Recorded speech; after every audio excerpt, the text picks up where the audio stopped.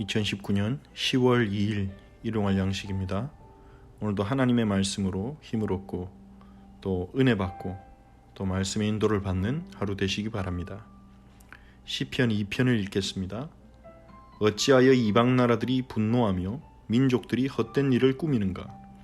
세상의 군왕들이 나서며 관원들이 서로 꾀하여 여호와와 그의 기름 부음 받은 자를 대적하며 우리가 그들의 맨 것을 끊고 그들의 결박을 벗어 버리자 하는도다. 하늘에 계신 이가 웃으시며 주께서 그들을 비웃으시리로다. 그때에 분을 바라며 진노하사 그들을 놀라게 하여 이르시기를 내가 나의 왕을 내 거룩한 산 시온에 세웠다 하시리로다. 내가 여호와의 명령을 전하노라. 여호와께서 내게 이르시되 너는 내 아들이라. 오늘 내가 너를 낳았도다. 내가 내게 구하라. 내가 이방 나라를 내 유업으로 주리니 내 소유가 땅끝까지 이르리로다. 네가 철장으로 그들을 깨뜨리며 질그릇같이 부수리라 하시도다. 그런즉 군왕들아 너희는 지혜를 얻으며 세상의 재판관들아 너희는 교훈을 받을지어다. 여호와를 경외함으로 섬기고 떨며 즐거워할지어다. 그의 아들에게 입맞추라. 그렇지 아니하면 진노하심으로 너희가 길에서 망하리니 그의 진노가 급하심이라. 여호와께 피하는 모든 사람은 다 복이 있도다. 아멘. 시편 2편은 여호와의 기름 부은 자, 기름 부음 받은 자 메시아에 대해서 이야기합니다. 어찌하여 이방 나라들이 분노하며 민족들이 헛된 일을 꾸미는가? 이 세상의 분위기가 하나님을 대적하고 또 여기서 말하는 헛된 일은 창세기에서 나타나는 창세기 3장과 6장과 11장에서 나타났던 것처럼 하나님의 자리를 차지하려고 하고 하나님의 자리를 차지한다는 것은 하나님의 주권을 거부하고 우리 자신의 의지대로 뜻대로 모든 것을 이루려 하는 것이죠. 성경은 그것을 영적 교만, 하나님을 대적하는 영적 교만이라고 말합니다. 그리고 하나님을 떠난 인간은 창세기 6장에서 하나님 없이 자신의 힘으로 자신이 가진 어떤 능력으로 다른 사람들 위에 서려는, 그래서 다른 사람과 자신 주변의 세상을 자신의 마음대로 하려는 그러한 유혹을 받고 또 그러한 세상을 만든다는 것입니다. 그리고 창세기 11장은 바벨탑 사건이 나옵니다. 즉 하나님을 믿지 않는 사람들이 하나님 없이 자신들의 안전을 구하기 위해, 하나님 없이 자신들의 행복을 이루기 위해 바벨탑을 만드는 시도를 한다는 것입니다. 하나님은 그 모든 것들을 헛된 일이라고 말씀하시죠. 어찌 피조물인 우리가 하나님처럼 주권을 행사할 수 있으며 우리의 욕망과 우리가 가진 그 제한된 힘을 가지고 우리 주변을 정복하려는 그 시도가 어떻게 성공하겠으며 하나님 없는 안전, 하나님 없는 행복 시스템을 만드는 일이 얼마나 헛됩니까? 창세기 11장은 말합니다. 바벨탑을 만들어서 자신들의 이름을 내려고 했던 그 사람들은 결국 바벨, 혼돈에 빠져버려서 무너져 버렸죠. 즉 이 세상에서 많은 사람들의 많은 일들이, 많은 프로젝트들이 있지만 하나님 없이 성공하고 하나님 없이 행복을 구하고 하나님 없이 안정을 구하는 모든 시도들은 하나님 보시기에 헛된 것이고 그것은 반드시 무너질 수밖에 없는 것입니다. 세상의 군왕들은, 세상의 관원들은, 이 세상의 권력들은 서로 꾀하여 여호와와 그의 기름 부음 받은 자를 대적한다고 말합니다. 이것이 시편 1편에 말하는 악인의 꾀요 죄인들의 길이요 오만한 자의 자리인 것입니다. 여호와와 그의 기름 부음 받은 자 그리스도를 대적합니다. 하나님의 주권과 그리스도의 구원을 거부합니다. 그것을 대체하려는 시도를 하죠. 이 세상의 권력과 모든 파워들 뒤에 있는 흑암의 세력이 그렇게 세상을 유도해 나가는 것입니다. 그들의 맨 것을 끊고 그의 결박을 벗어버리자고 합니다. 우리를 지키고 우리를 보호하고 우리에게 행복을 주기 위해서 하나님이 주신 그 율법을 결박이라고 생각하게 하고 묶임이라고 생각하게 합니다. 그래서 하나님의 법을, 하나님의 규칙을 벗어나는 것이 자유고 구원이라고 생각하는 것입니다. 실상은 하나님의 법으로부터, 하나님의 통치로부터 벗어나는 것은 자유가 아니라 멸망이요, 구원이 아니라 그것은 사망의 길인데 그것을 알지 못하는 것이죠. 하나님께서는 그것을 보고 웃으십니다. 헛된 시도를 하는, 하나님이신 축복을 떠나 멸망으로 가는, 사는 길을 떠나 사망으로 가는 그들을 보고 하나님은 웃으십니다. 어째서 그리 멸망의 길로 가는지, 어떻게 그렇게 교만한 길을 선택하는지, 하나님 없이 행복할 수 있다는 그 교만한 착각 속에서 어떻게 그렇게 몸부림을 치는지 하나님은 웃으시죠. 그리고 하나님은 진노하십니다. 창조주이자 왕이신 주님을 대적하고 거절하고 하나님 자리에 다른 것을 두는 그 죄악에 대해서 하나님은 가만히 내버려 두신 것이 아니라 하나님은 공의로서 반드시 그것을 심판하십니다. 그 하나님의 심판하시는 방법이 뭡니까?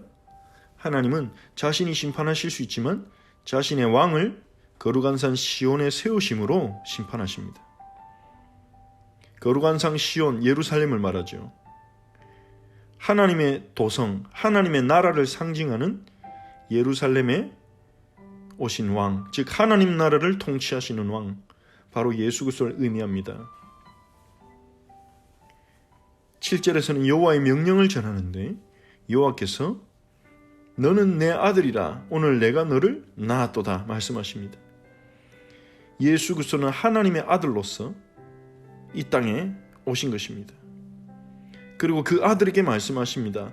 내게 구하라. 내가 이방 나라를 내 유업으로 주리니 내 소유가 땅끝까지 이르리로다.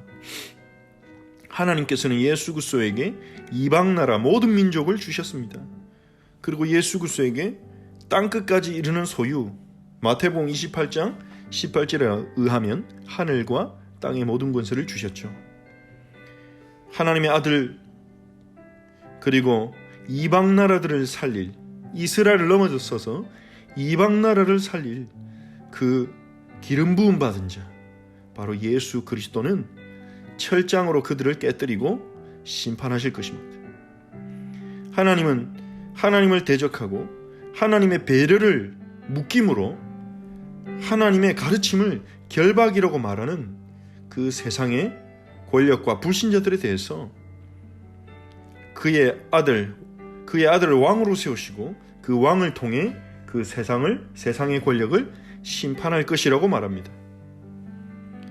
그러므로 10절에서는 군왕들에게, 재판관들에게 지혜를 얻고 교훈을 받으라고 합니다. 무엇이 지혜이고 교훈입니까? 여호와를 경외함으로 섬기고 떨면서 즐거워하는 것. 경외함은 두려워함입니다. 그런데 그 두려움과 즐거움이 공존할 수 있다는 것입니다. 이 두려움은 하나님의 심판과 진노를 두려워하는 두려움이 아닙니다. 하나님의 약속을 믿고 그분의 거룩하심을 알 때 하나님이 얼마나 위대하시고 나와 다르시고 얼마나 죄를 미워하시는 거룩하신 분임을 알 때 우리가 가질 수 있는 그 경외함, 그 경외함을 가지고 하나님을 섬기고 그리고 그 경외함 속에서 즐거워하라는 것입니다. 그 두려움 속에서 우리가 어떻게 즐거워할 수 있겠습니까? 하나님을 경외하는 자에게는 내가 경외하는 그 하나님, 그 거룩하신 하나님이 그 아들을 보내어 주셔서 우리를 구원하셨기에 기뻐할 수 있는 것입니다. 그러면서 지혜와 교훈이 무엇인지 말합니다. 그의 아들에게 입맞추라. 기름 부음 받은 자 예수에게 입맞추라. 입맞추는 것은 무엇을 말합니까? 이것은 인사이기도 하고 화해의 제스처이기도 하죠. 친목의 제스처이기도 합니다. 즉 그의 아들 예수 그리스도와 화해하고 그분과 좋은 관계를 가지고 그분과 가까이 해라. 그렇지 아니하면 진노하심으로 너희가 길에서 망할 것이다. 길에서 망한다는 것은 그 실패가 급하게 온다는 거죠. 그의 진노가 급하심이라. 여호와께 피하는 모든 사람은 다 복이 있도다. 여호와께 피하는 사람은 그의 아들에게 입맞추는 사람입니다. 즉 하나님의 아들 예수 그리스도를 사랑하고 그 예수 그리스도를 의지하고 예수 그리스도를 가까이 하는 그 사람이 여호와께 피하는 자요 복 있는 자요 그 복을 누리는 자입니다. 시편 2편은 무엇이 참된 지혜와 교훈인지를 우리에게 말씀합니다. 여호와의 말씀을 즐거워하고 그의 율법을 묵상하는 자가 복 있는 자라고 했습니다. 복음을 통해 생명 얻은 사람은 여호와의 율법을 눌림이 아니라 가르침으로 받는 것입니다. 사랑하는 아버지의 교훈으로 받는 것이죠. 그런데 이방 나라들은 세상의 관원들은 세상의 권력들은 그 하나님의 가르침인 그 법을 묶임이라고 결박이라고 말하며 그것에서 어떻게든 벗어나려고 하는 것입니다. 하지만 하나님은 그것에 대해서 가만히 지켜보시지 않습니다. 자신의 왕을 세워 하나님을 대적한 자들을 심판하고 다만 그의 아들에게 입맞추는 자들은 구원하실 것입니다. 예수 그리스도에게 심판과 구원이 있습니다. 하나님의 아들 예수 그리스도에게 심판과 구원이 있습니다. 그의 아들에게 입맞추는 하루가 되시기 바랍니다. 예수님과 입맞추는 하루가 되시기 바랍니다. 예수님을 가까이 하고 예수님을 만나고 예수님과 교제하는 하루가 되시기 바랍니다. 문제나 어려움과 시험이 왔을 때 여호와께 피하시는 복이 있기를 바랍니다. 예수 그리스도는 연약하시지 않습니다. 부족하지 않습니다. 이 세상을 철장으로 심판하시고 모든 왕과 재판관들을 다스리실 분이십니다. 그것을 알고 여호와를 경외하며 동시에 여호와를 즐거워하며 그의 아들과 입맞추는 것이 지혜요 그것이 교훈, 즉 우리에게 필요한 해답입니다. 오늘 이 말씀을 붙잡고 기도합시다. 세상의 관원들, 세상의 권력들, 이 세상의 메시지에 흔들리지 아니하고